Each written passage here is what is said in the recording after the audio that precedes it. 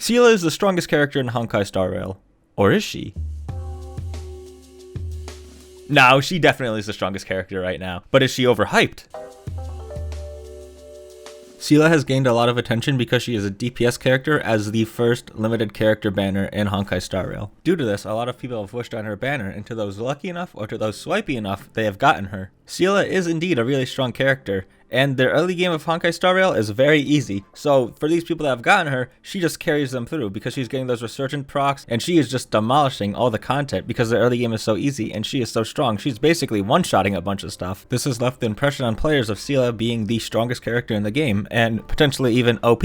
Well, let's just look at the numbers and, oh yeah, she is the strongest character in the game. Currently, Seele is the strongest character at single target DPS in the entire game, and that's with no resurgence procs. Obviously, in single target, you're not going to get those resurgence procs because you're not killing anything. So she is still the strongest character in the game without that big damage boost from resurgence procs, which resurgence procs not just increases damage of the next attack, but it also gives quantum penetration once you level her up high enough. Looking at an AoE situation, or in this case, 3 enemies situation, of course, the AoE characters are going to be on top. However, Seele is a lot lower than she should be. She should be above Serval if she gets those resurgent procs off those 2 enemies. Say there's 3 enemies, she kills 2 of them, she gets 2 resurgence procs. Her damage would actually be higher than Serval's. So let's go over what she has going for her. I already said because everybody's in the early game, she's just amplified even more because she is a good character, but let's actually go into why she is such a good character. So let's compare her to Danhung, who is a free 4-star, but he's really good. In addition to that, he is a hunt character and single target, so he's really close in proximity to Seele and what he does.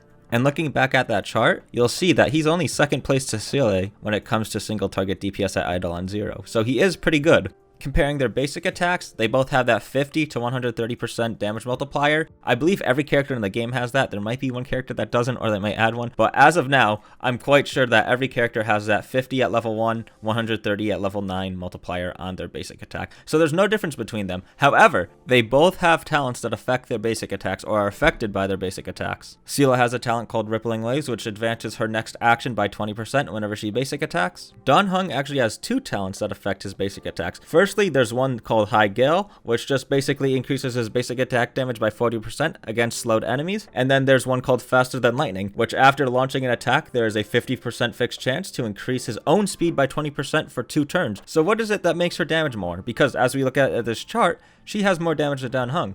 And this isn't even taking into account resurgence procs. It also makes the assumption that Danhung is having perfect rotations where his talent lines up with his ultimate. So let's compare their skills, because even with perfect rotations and no resurgence on Seele, she still beats out Danhung for damage. Looking at skills now, Danhung actually beats out Seele damage-wise for the attack multiplier on the skill. Keep in mind, Danhung's skill also has the ability to activate his passive called Faster Than Light, which has a 50% chance to increase his speed by 20%. Better than that is Seele's skill, which also increases her speed for 2 turns, but it's by 25%, so 5% more, and it's also guaranteed to happen. This speed boost essentially has a 100% uptime on Seele. In order for you to lose this speed boost, you would have to go 2 turns in a row without using Seele's skill. It is very unlikely that you will have downtime on this speed boost, simply because Seele's skill does more damage than her basic attack, so you always want to use her skill and not her basic attack. There are some situations where you can't or shouldn't use Seele's skill. Those are where you can't physically because you don't have a skill point, or because she's frozen, or some sort of other CC,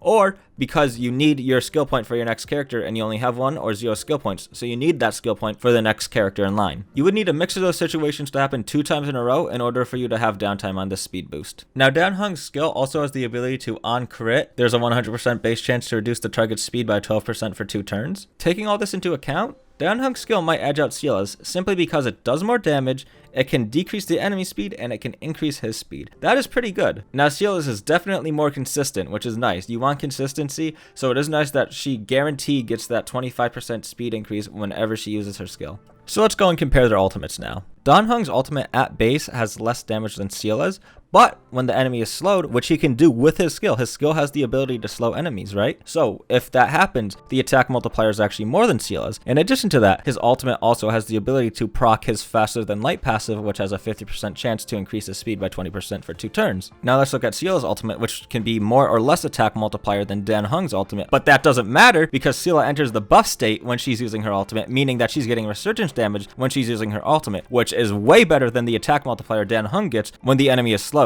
In addition to that, Seele has a talent called Lacerate, which increases her quantum resistance penetration by 20% when she is in her buff state. Even taking into account Dunhung's talent, which increases his wind resistance penetration when an ally uses an ability on him, Seele's burst is still better overall. Now let's take into account those resurgence turns, because the only fight in this entire game that is single target and has no multi-target at all, or like a boss that doesn't summon any like little minions, is Kafka. Of course, Seele is not going to do as much damage as AoE characters will do in multi-target situations, however, she is still going to do quite a bit of damage, especially because she will be able to proc resurgence turns to do damage to other targets. The situation where Seele will outshine any character, even AoE characters, is when there is a big boss, or like a big enemy, big healthy enemy, that summons minions that Seele can kill in one shot, so she can proc resurgence, and then those resurgence turns can be turns where she does damage towards the big enemy. In addition to that, resurgence turns are very special. They're a bit of a double-edged sword. They don't count as follow-up attacks, so when you're in the simulated universe, stacking those follow-up attack buffs, it's not going to do anything. However, it also doesn't count as a normal turn, meaning all the buffs you have on Seele